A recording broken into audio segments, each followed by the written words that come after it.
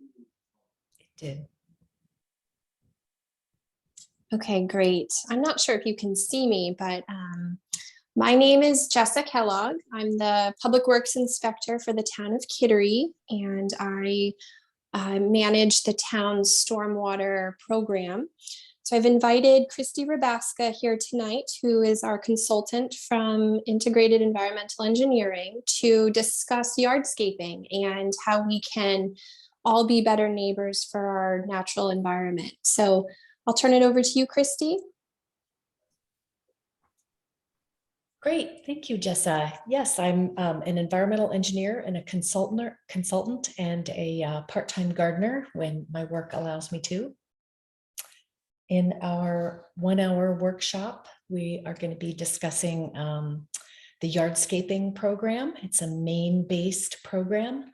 I'll be giving you a basis and a brief history of the program, and then we will dive into some techniques you can use for a beautiful ecological lawn.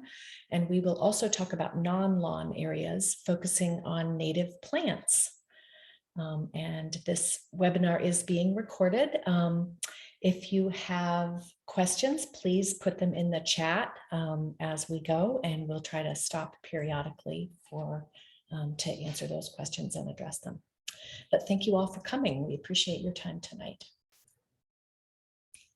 So we'll dive into it. The yardscaping program is designed to be a new way to think about your yard. So my personal goal for this workshop is that by the time you leave here, you'll be thinking about your yard in a whole new way. And when you go out and look at your yard tomorrow morning, you're going to look at it in a whole new light. Some people call it sustainable landscaping or ecological landscaping, like out in Arizona and California, they have xeriscaping, trying to work with the environment. We want to keep this simple. We want you to think of it as low impact gardening. It should be low impact on your time, low impact on your budget, low impact on your back, but it is really designed to be low impact on the environment. It does have a formal mission. The mission is to inspire Maine people to create healthy landscapes in their own yards through these ecologically based practices that are going to minimize reliance on water, fertilizers, and pesticides. And all of that in an effort to promote healthy, safe waters also. So the practices that I'm going to go through for you tonight are going to seem very simple and very straightforward. But I just want to assure you these practices have been very well vetted. The program itself has been around since the early 2000s. The Maine Board of Pesticides actually initiated this Maine Yardscaping Program and decided to develop it through a series of stakeholder meetings where they invited like the Maine organic farmers and gardeners, many nurseries, landscape installers, pesticide and fertilizer applicators. And so there were a lot of really good minds and a lot of good partners, and there's a lot of good science behind the program. And the whole idea was that the program is designed for residents and for lay people to be able to understand what they can do and how they can do it. So I was actually a participant in many of those early stakeholder meetings when the program was beginning. It coincided with a time in the state when some municipalities were becoming regulated for their stormwater discharges. And so the connection between like these catch basins out in the road, these actually discharge when it rains, anything that's on the roads, they go into the catch basins and they go straight out into the town's water bodies completely untreated. So we have a poster that we put around town that's called Follow the Flow. You've probably seen it. So the connection between these municipalities becoming regulated for their stormwater and the yardscaping program is that, you know, things that people do on their own property, in particular with regards to pesticides and fertilizers, can very greatly impact our water bodies when it rains if if some of those fertilizers or pesticides are not properly used, the excess will run off even from the grassed surfaces, and anything that's on those paved surfaces does get washed out, and then it impacts the waters. So the communities that were being regulated for their stormwater discharges decided to adopt the program and promote it as part of their public education program for their stormwater program. So that's kind of how Jessa and I met, and we began promoting this program in the town of Kittery. So to talk a little bit more about what fertilizers do, as most of you know, people want to apply fertilizers to their yard, to their plants, and to their grass in order to make things grow, give them that pop, give them those nutrients that everybody believes are missing and that'll make things grow really well. Well, when those fertilizers end up, and they can end up in the groundwater and then out in the water bodies or through the storm drains, when they end up in the water bodies, they are indiscriminate and they make things grow in the water bodies too. And this is a picture of me holding a piece of algae, and you can see the dead algae on the ground in the back. These algae blooms have a 24-hour cycle of growing and dying, and they're like oxygen scavengers. They really mess up the water cycle with regards to oxygen. And then the algae dies after 24 hours, and it can smother the shellfish in beds. So excess fertilizer and algae, and in particular for coastal areas, that would be the nitrogen component of fertilizers. That's what affects coastal waters. And I think most people are familiar with excess phosphorus and how that can impact lake watersheds. Most people that live in a lake watershed are very, very careful about their phosphorus because that's the freshwater limiting nutrient. So we do want to be very careful with the application of synthetic and even natural fertilizers. And as far as pesticides go, many of the broad spectrum pesticides that people apply in their yards, like 7 or some of the older pesticides, they are going to be indiscriminate as to what kinds of pests they kill on the land and in the water. And when we're talking about pesticides, we're talking about herbicides for plants. So those broadleaf, things that will kill those broadleaf plants, insecticides and fungicides. So a good, healthy respect for pesticides is very important. Making sure you're reading all labels, you know exactly what it is you're going to be putting down and what it's going to be killing is very important. There's a whole new generation of pesticides that are much more targeted at biologics. And so we'll talk a little bit about those as we talk about how to take care of things if they are pests. But again, pesticides are still, designed to kill things. So they're going to have an impact both on land and in water.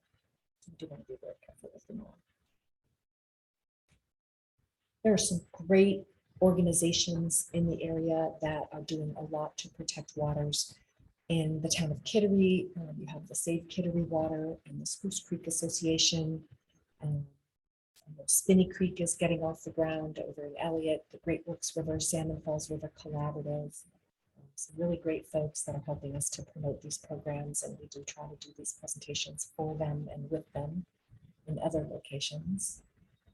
And then I also did want to just put a quick plug in, because we're going to be talking about landscaping and yardscaping.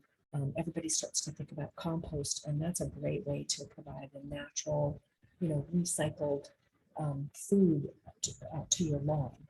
So I love the new Kittery Can program, the Climate Action Now, that's teamed with Ace Hardware and the town, from the transfer station to Mr. Fox, to provide you with a bunch of different options for how you can compost, and then you get some compost back, which you may want to apply in your yard instead. So we'll talk about how to do that too. So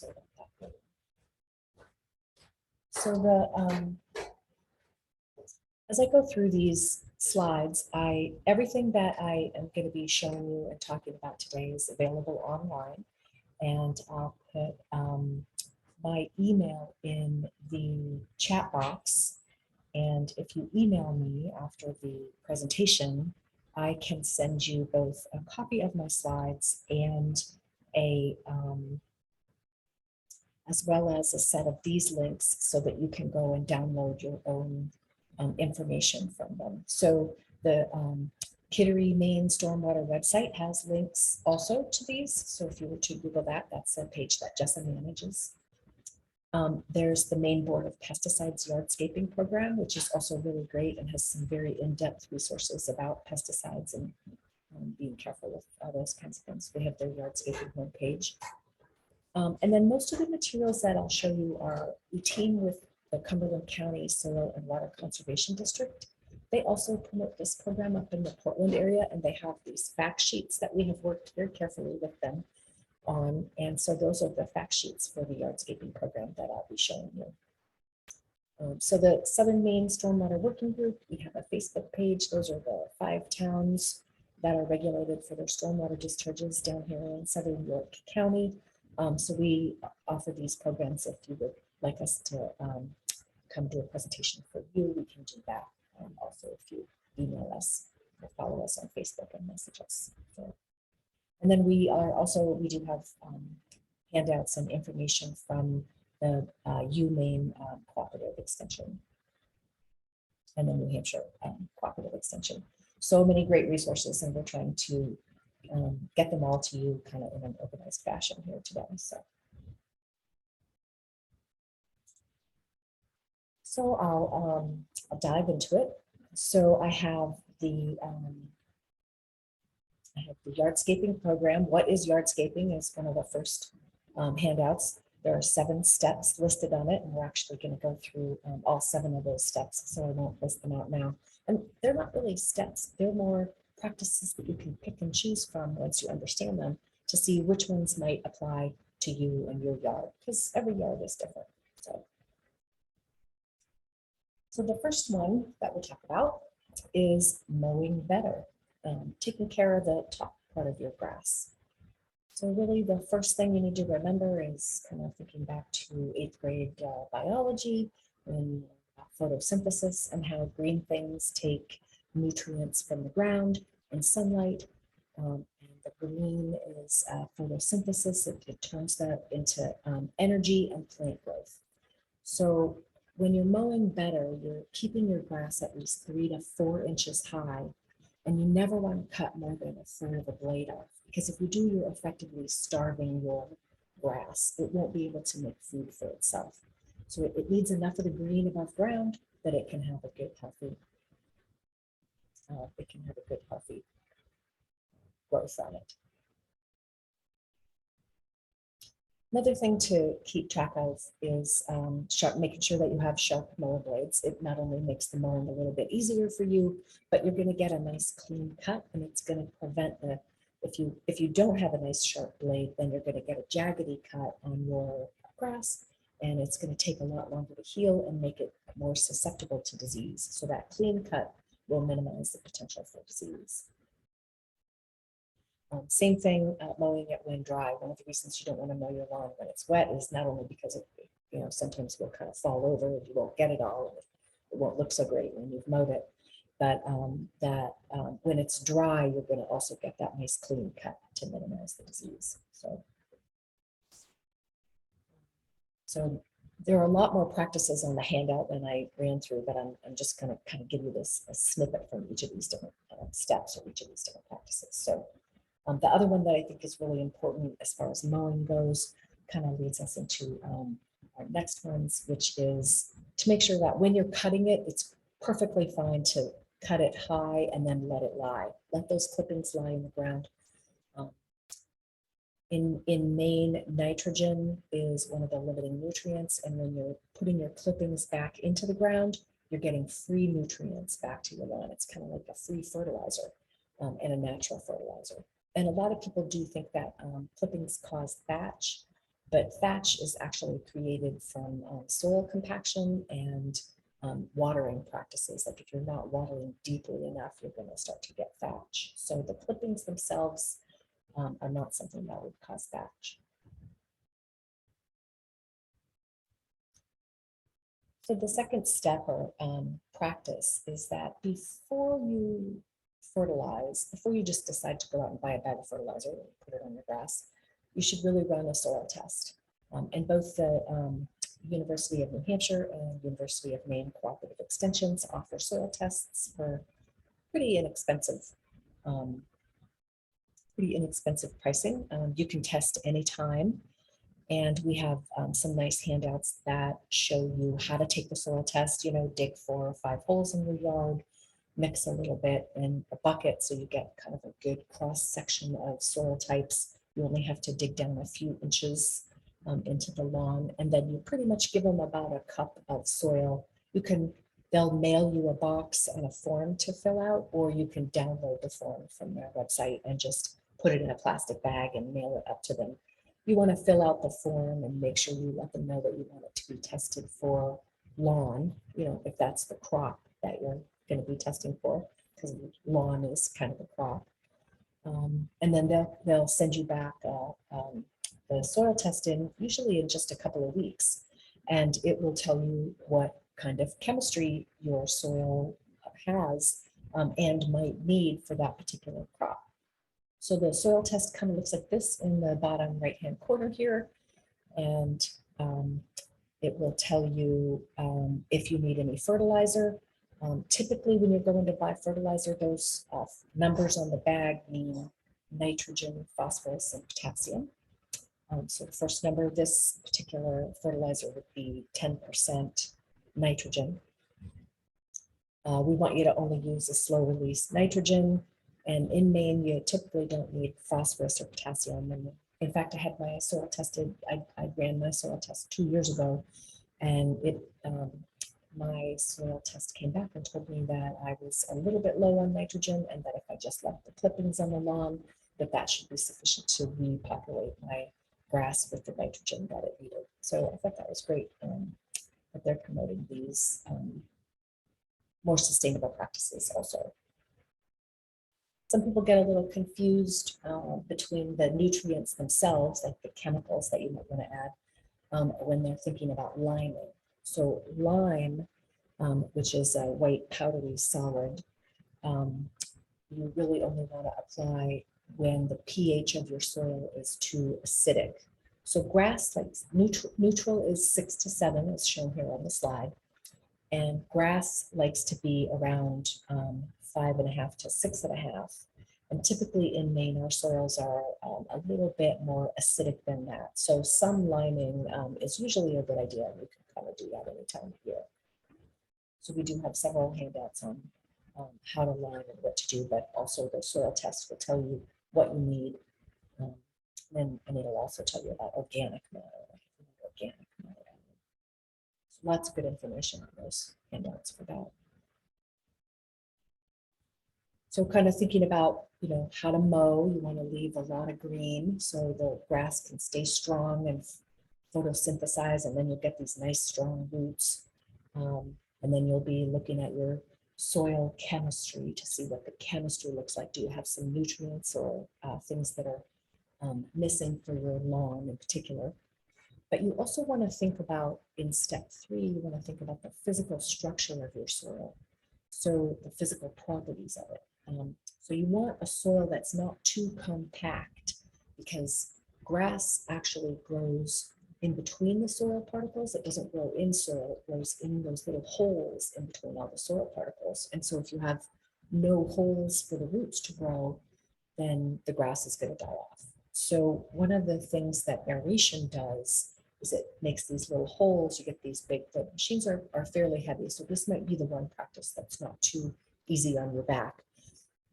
But you really only have to do this once or twice in order to really loosen up your yard in, you know, like a 5 or 6 year period. So you run this and it pulls these plugs out of the ground, and then that gives your grass and the roots places to grow. It'll make the nutrients more accessible. The water will get in there and feed the roots a little better too. So aeration is a really great thing to do. If your lawn is really old, like 20 years, and you've never done it before, you may have to aerate in the spring and again in the fall. But lots of good information on the aeration, and that is one of the best things you can do for the structure of your soil.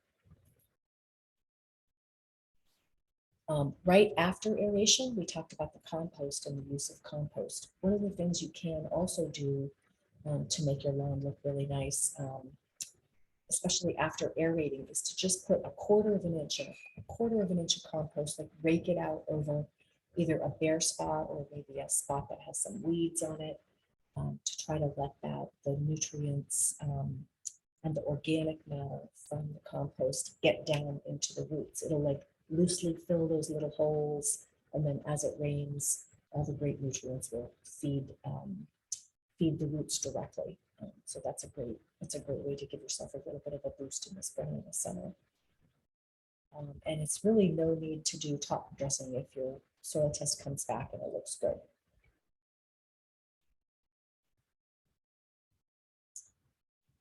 And then these three steps kind of work together. The overseeding, adding new grass, you can thicken your lawn with really just a hand spray.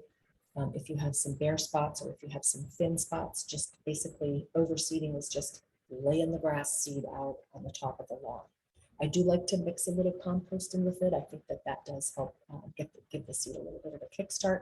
And then again, it's also nice to put some straw over the top of it in order to prevent it from washing away or the birds from getting at it. And then that straw also helps to keep the moisture in so that the seeds will germinate. It usually takes at least a few days for the seeds to, once they've been wet, to start germinating. So overseeding is a great way also to thicken your lawn. And one of the things that we really like about some of the partners that we have in town is they promote these great mixes. There's a yardscaping mix that's specific to Maine. It has certain types of grass seeds that are very well suited to the Maine climates. But clover is also a really great, this is kind of where you maybe want to think of your lawn in a different way. Clover is actually really beneficial to your lawn. It's very high in nitrogen. I know people who have lawns that are entirely clover, and they like it because they only have to mow like every 2 or 3 weeks because it's a slow grower. It stays nice and low, and it looks really good. It also has very nice take root structure like grass does. So kind of some different things to think about as you're thinking about your lawn. The clover is really a very pretty addition. So if you get your soil test back and maybe you do need some nutrients and you think you're going to have to fertilize, one of the things we talked about a lot in the stakeholder meetings was when to fertilize. What is the best time? There are a lot of companies out there that like to do 5 or 7 step programs, and they're applying something all summer long, every month. But really, the Maine Board of Pesticides and the program recommends fertilizing in the fall if you have to fertilize. And one of the reasons is that in the springtime, your grass is doing this top growth, but it's doing that because last fall, your grass spent a lot of time as it started to get cold, realizing that the roots needed to take up nutrients and get ready because it knew it was going to want to pop in the spring. It has that annual cycle. So it has, kind of knows what it's doing. And so the fall is the time when the roots are the most amenable to receiving the nutrients that you've applied. So we do have a whole handout on amending, a lot of other stuff like when to do the liming and a few other tips. And then, the days of fertilizing when it rains, that's all in the past. Most of the fertilizers that are out there now are slow release fertilizers, and they're designed to be applied dry. And so then each time it rains, we just release a little bit of nutrient into the soil and into the roots.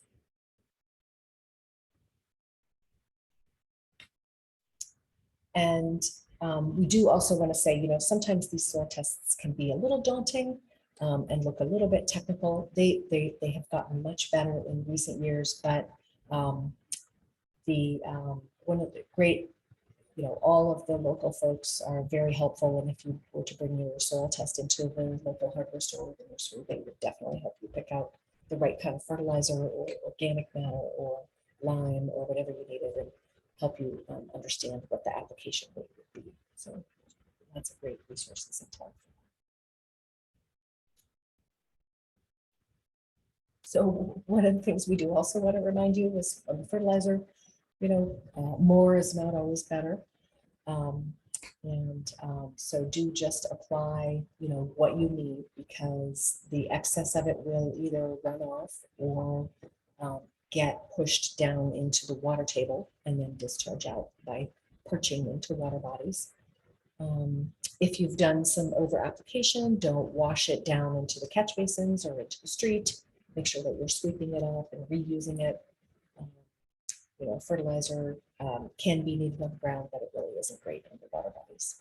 And then kind of think back to that mowing practice too, that letting the clippings lie is a great source of natural fertilizer.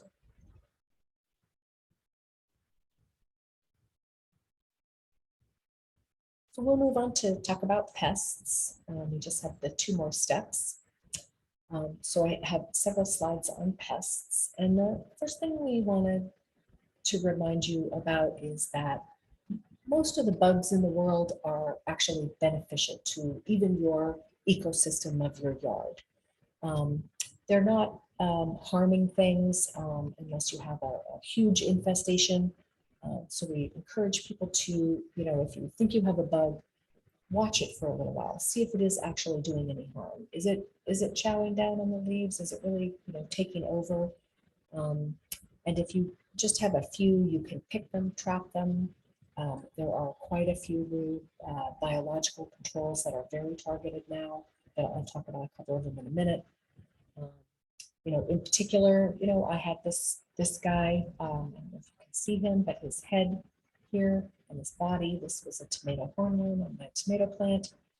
Hadn't seen one before, and he came in on the plant, and I went and looked him up. And instead of spraying a pesticide, worrying I had thousands of them, I read a little more about it, and just had this one that happened to come in on a plant. So I picked him off, and I let the birds have him. So picking is a great way to get rid of them. The one of the targeted, there's 2 kinds of targeted pesticides if you do have a grub problem. So the first thing is to kind of understand that there are a lot of different beetles that can be very beneficial that are grubs. But Japanese beetles also can be grubs, and you can get some bad infestations if you have more than about 10 grubs per square foot of lawn, like if you were to lift it up. The other way you could tell, one of the things that the grubs do is in about July, the grubs are up at the surface or just under the surface of your lawn, and they're starting to eat away at the roots, and that's kind of how they kill your lawn. You'll see these circular dead patches in your yard, and that's probably where you have a grub problem. You could very easily peel the lawn up, and you probably see quite a few grubs there. So in July is when they come up. So that's actually a really good time to apply our first targeted pesticide, which is a beneficial nematode. These are, very small biologics that come in on a little granular surface. You sprinkle that in the grub areas, a spot sprinkle where you have the grubs, and when they target the grub, they give it a virus and they kill it off. And then the nematodes themselves die when there are no more grubs to kill or feed upon. So they're really good, and I know there is a new grub target that Kittery Ace Hardware and York are promoting, as well as quite a few of the organic farmers, not organic farmers, but the cooperative extensions.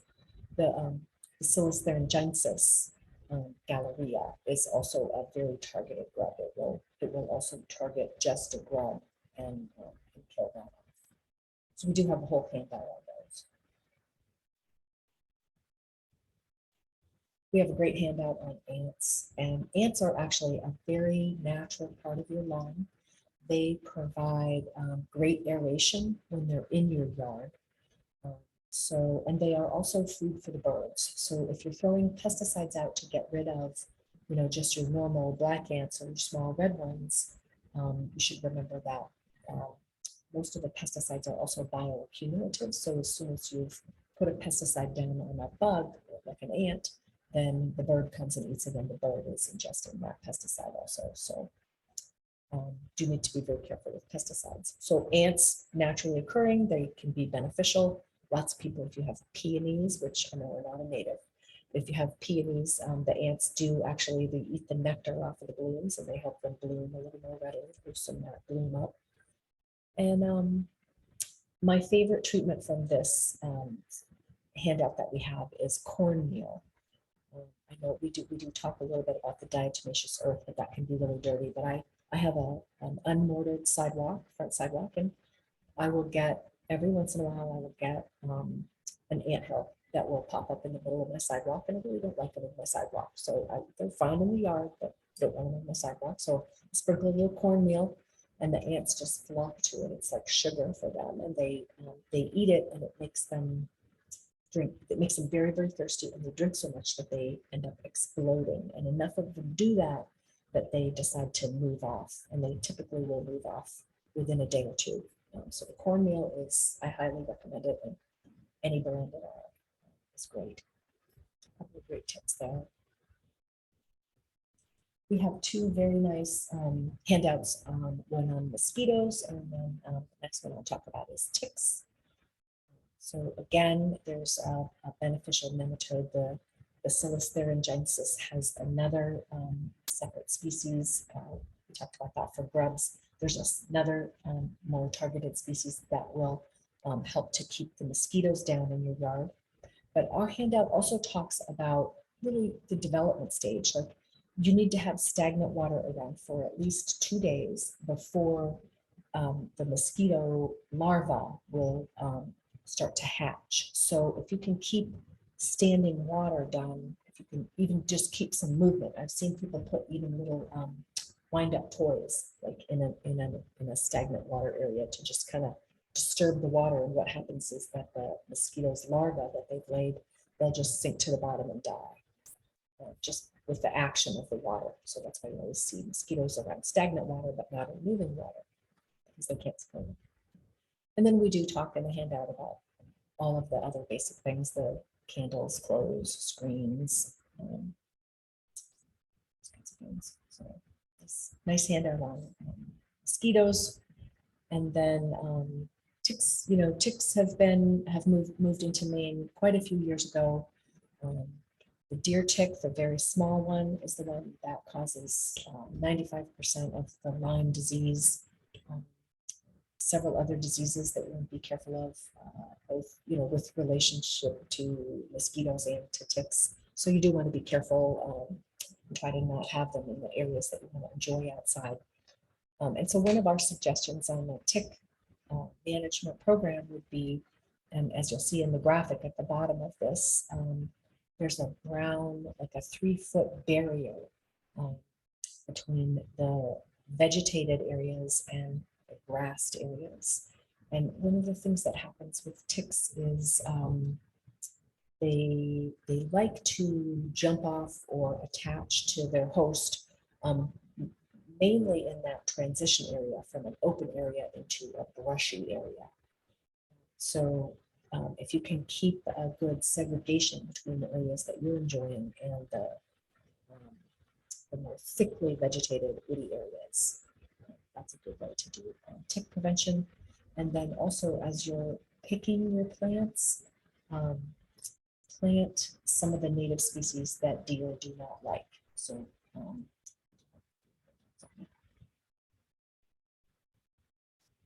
there are a few. We talked about pesticides and how pesticides can also be targeted at the broadleaf herbicides. Those are also considered pesticides. They are also bioaccumulative. So an animal that comes along and eats a weed is going to eat that pesticide. So many weeds on our weed handout are annual weeds, and that means that they're not going to come up year after year. So if you can get them before they drop their seeds, then that's how you can prevent them from coming back the next year. And some of these weeds, things I like about this handout is it talks about what the soil indications are. Many of the weeds will move in because the grass doesn't have what it wants, and that particular weed, whatever the soil conditions are, that's perfect for that weed. So that can be a really good indicator as to what your soil needs also.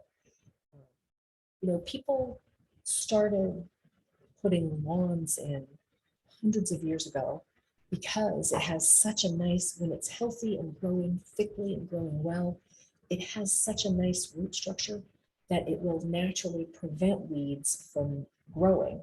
And then as you're leaving your grass a little bit taller, it will also shade out a lot of these other weeds that most of them want to be in the sun. So again, keeping your grass thick and longer is a great way to also try to crowd out the weeds that are there and make sure you have the right soil type. So, and then I did want to say also, I have this last piece here, which I almost didn't mention, but some of these weeds are not so bad. I think the creeping Charlie is kind of pretty, and I do have quite a few violets in my yard, and many people do think they're weeds, but there are a lot of very nice native violets, and a little bit of tolerance, a little bit of diversity, help the bees, help the bunnies have something to eat. A little bit of tolerance is good too. So we talked about how the Maine Board of Pesticides created this program.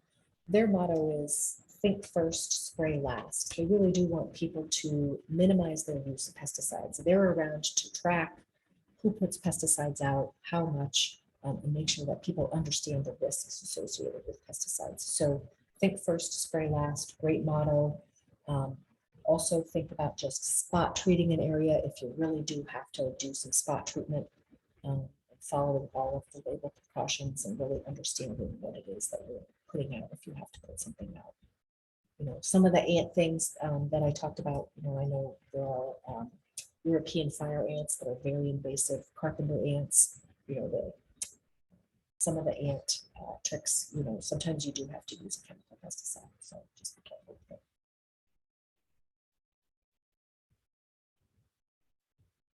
So here's our last slide on the lawns and the waters. And it's all about watering wisely. So I just talked about the necessity of having a nice, strong root structure to crowd these weeds out.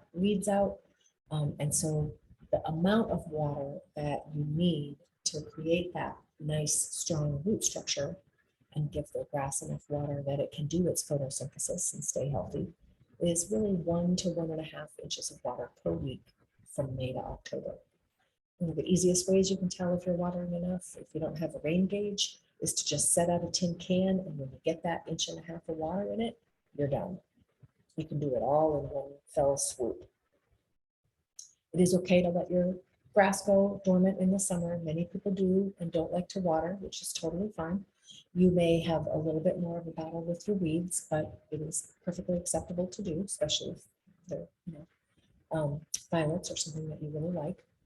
And a couple other notes on watering wisely. We have a much more detailed handout on it, but it is good to water early in the morning when most of the water will actually sink into the grass. If you're watering during midday, you're going to get a lot of evaporation.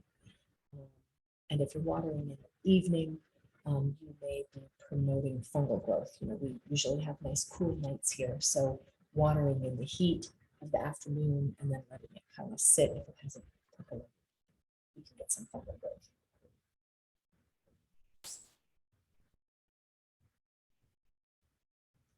So those are your 7 kind of steps or practices for your lawns. One of the other things we want you to do as you go out and look at your lawn is decide, do you need all that lawn area? Maybe you want to try to transplant some of it with some native plants. All the plants that we'll talk about in all of our plant lists are native plants. They're pretty much plants that have been here for centuries in Maine. They are very tolerant of our bugs, so they're not going to get inundated or devastated by the bugs themselves. And they're also synergistic with the bugs. They're great for the bees and all the different kind of bugs that live here. Native plants have been here for hundreds of years because they also really like our soil conditions. They like the kinds of nutrients that we have. They like the amount of sunlight that we get. They like our temperature ranges. They love our crazy freeze, thaw, mud season, snow in April, which I hear we're going to get. Then it gets hot, and then it gets cold, and then it rains and snows again. But they like it. Like the Maine native plants, they like all that stuff, and for the most part, they kind of need it.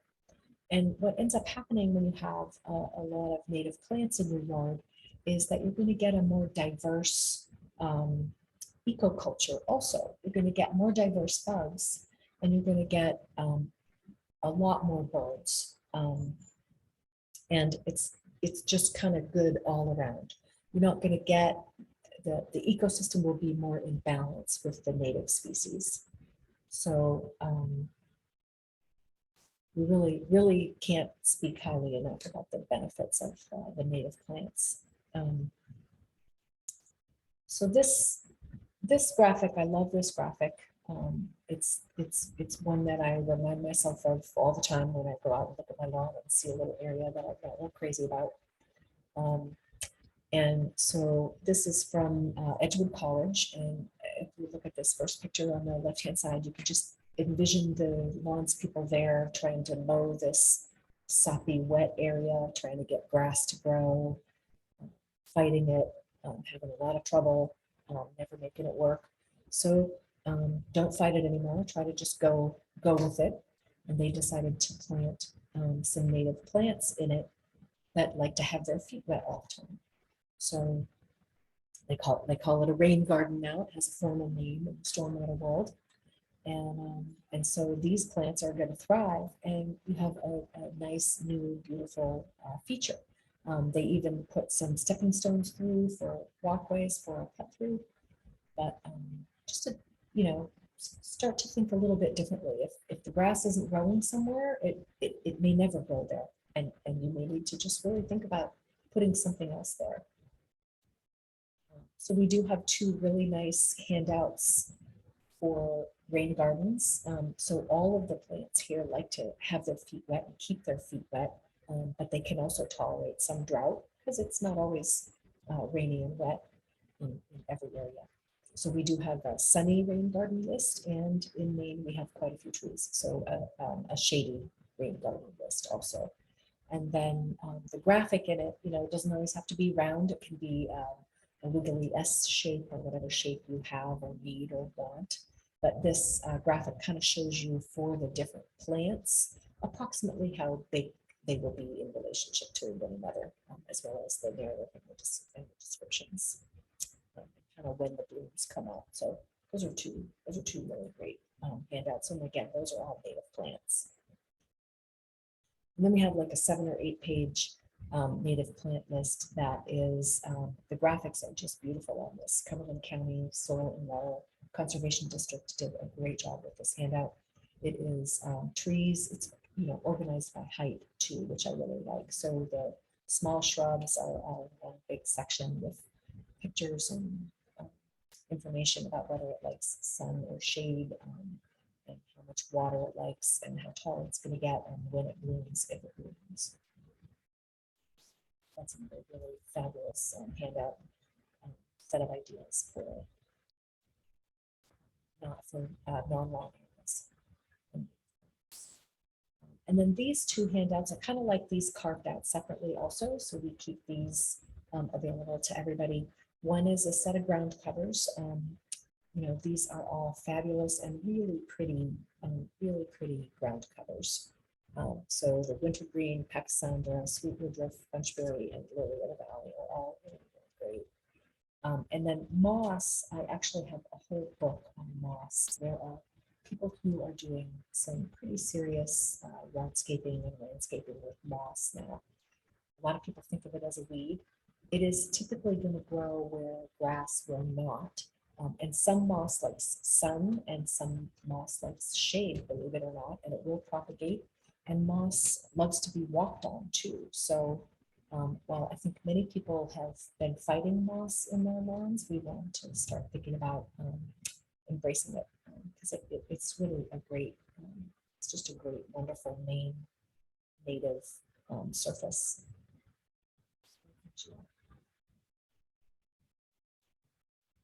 So we have another handout. This is a little bit older, but again, I still really like it. It's like an 11 by 17 list, very similar to what Cumberland County had done. This one is by the University of Maine Cooperative Extension. It's their bulletin 2500, and it's a whole host of native plant recommendations. And again, these are all organized by height, with sun, shade, descriptions of when it blooms, for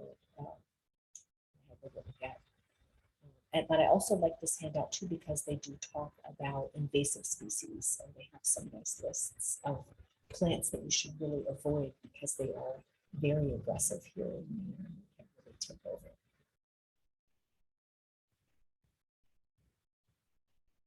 We have a very nice handout on a bee garden. One of the things you want to look for is a combination of flowers. If you're going to do a bee garden, that will give you a nice set of blooms from May all the way through until October, November, when the bees really start to hide away again. And this set in particular by the Maine Cooperative Extension, top forage plants for bee gardening in Maine, is a really great set here.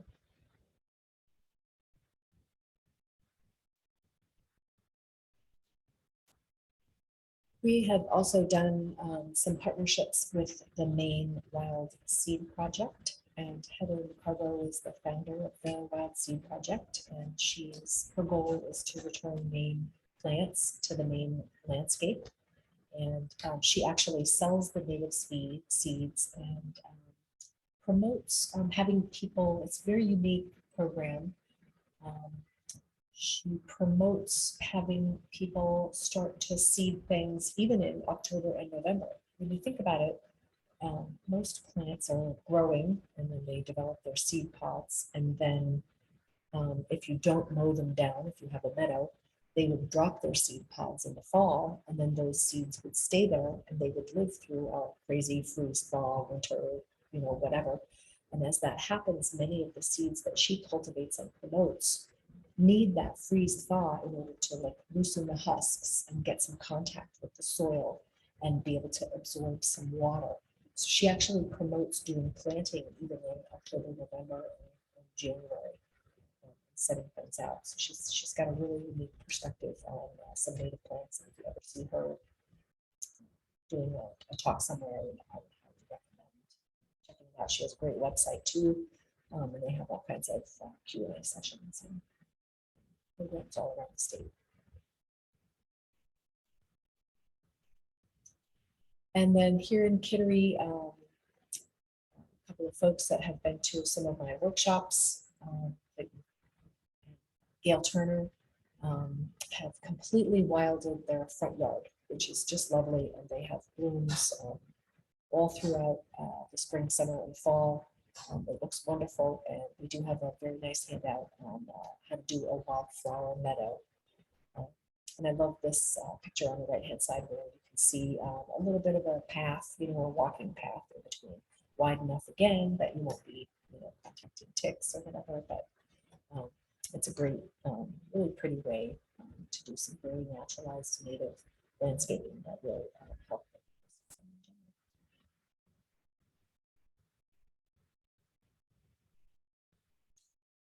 So those are most of my slides for lawn areas and non-lawn areas.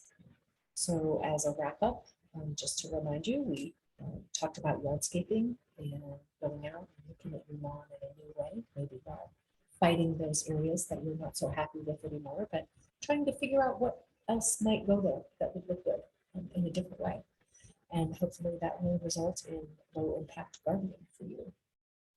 So we talked about the mix of the lawn and non-lawn areas and the 7 steps for the healthy lawns and minimizing reliance on fertilizers, pesticides, and water, and using those native species for non-lawn areas, and developing a little bit of a tolerance for bugs and weeds. So really kind of checking things out thinking first and spraying last. So we do also have a survey because we're doing a Clean Water Act program here, working on the town's stormwater program. Well, first of all, we would love to have you present to anyone in your group. So if you check out my email, if you email me or contact Jessa, we would gladly do a presentation for your group. We also have a survey, and I did just put the link in the survey in the chat for you to fill out the survey. It takes about 3 minutes, and we just are going to ask you if you think you might actually implement any of the